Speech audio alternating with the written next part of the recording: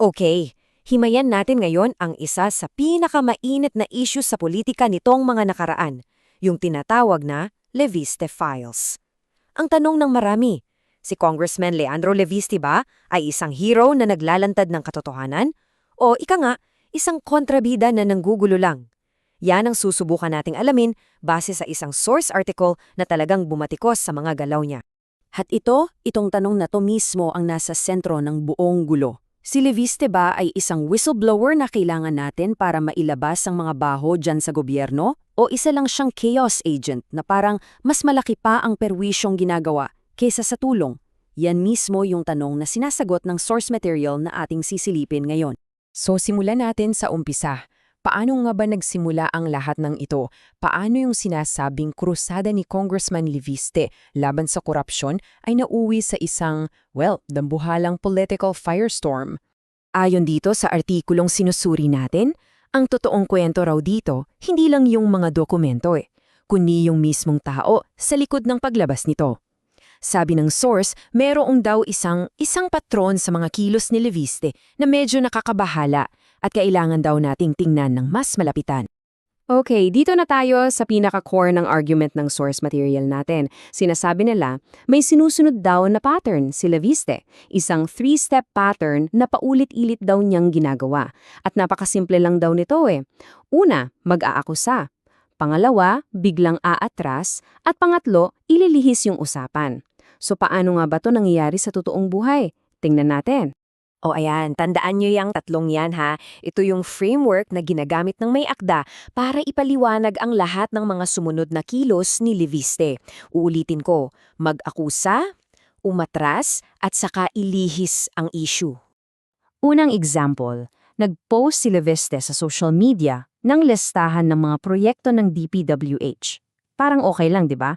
Pero ang naging issue, nilagyan niya ng initial na OP, na parang pinapalabas na konektado ito sa Office of the President. Nako, doon na nagsimula ang gulo. At dito mo raw makikita yung unang dalawang hakbang, yung accuse, backtrack. Kasi nung nagsalita na yung mga matataas na opisyal, tinanggilila yan, biglang nag-iba ng tono si Leviste. Ang sabi niya, hindi niya alam kung sino yung OP na tinutukoy niya. Medyo interesting, di ba? At para sa nagsulat ng artikulo, hindi to simpleng pagkakamali lang. Ang tingin niya dito ay isang sinadyang taktika. Ang bigat nga ng salita niya sabi niyang karuwagan na nagbabalat kayong crusading journalism. Grabe. Okay, sunod na example. Matunog din to Naalala niyo ba yung issue na may natanggap daw na 2 milyong pisong Christmas bonus ang mga kongresista? Yan yung ginamit ng source bilang pangalawang ebidensya para patunayan yung teorya niya tungkol sa pattern. Pero heto yung nangyari, sunod-sunod na mga kasamahan niya mismo sa Kongreso, kahit galing sa ibang partido, ang nagsabi na, teka, hindi yan bonus, mauwi yan. Alam mo yun, pondo para sa mga opisina namin. Dito na raw ngayon papasok yung pangatlo at huling hakbang sa pattern. At ito, yung sinasabi ng source na crucial yung biglang pag-iiba ng usapan. Imbes na harapin yung issue ng bonus na parang na-debunk na, biglang inilipat ni Leviste yung atensyon ng lahat doon sa naharang daw niyang privileged speech. Yan na yung deflection. Pero teka lang, hindi pa diyan nagtatapos. Sabi ng source, may mas malaki pa raw na butas. At ito ay yung mismong kwento kung paano ba talaga nakuha yung Leviste files na yan in the first place. Dito raw talaga magkakatalo.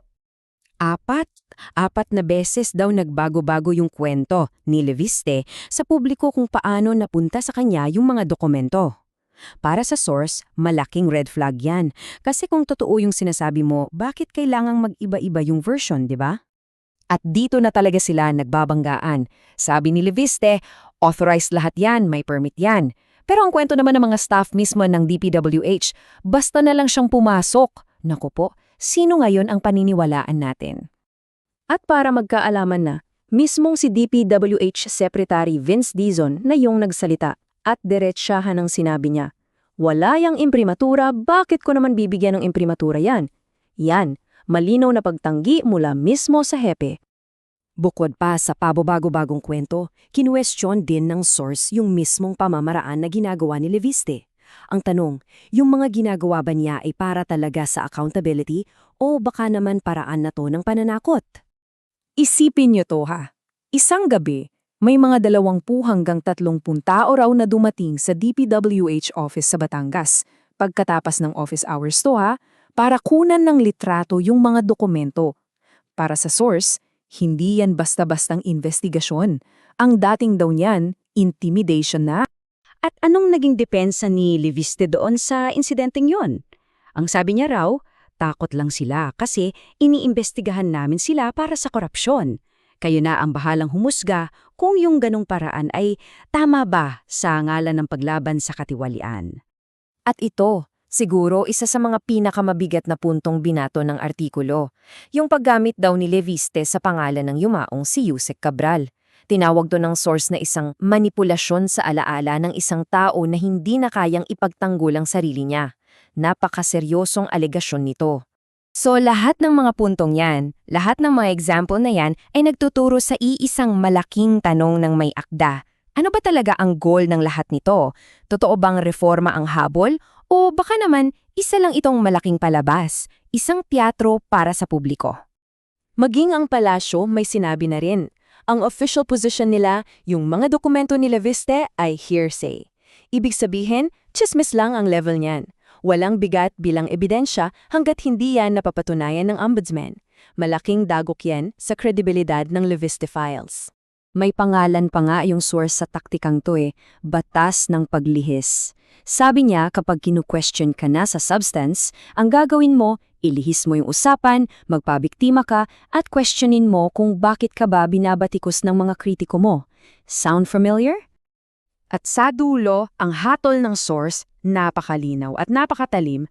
Ang inaalok daw ni Leviste ay teatro, performance, drama. Yung itsura lang ng reforma maganda lang tingnan, pero pag tiningnan mo ng malapitan, walang laman, walang substansya.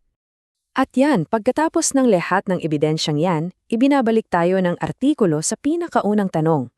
Base sa lahat ng nakita natin, si Congressman Leviste ba? Siya ba yung reformista na matagal na nating kailangan para malinis ang sistema? O ang buong kwento ba niya ay isang malaking babala, isang cautionary tale para sa ating lahat? Sa huli, nasa sa inyo na ang pagpapasya.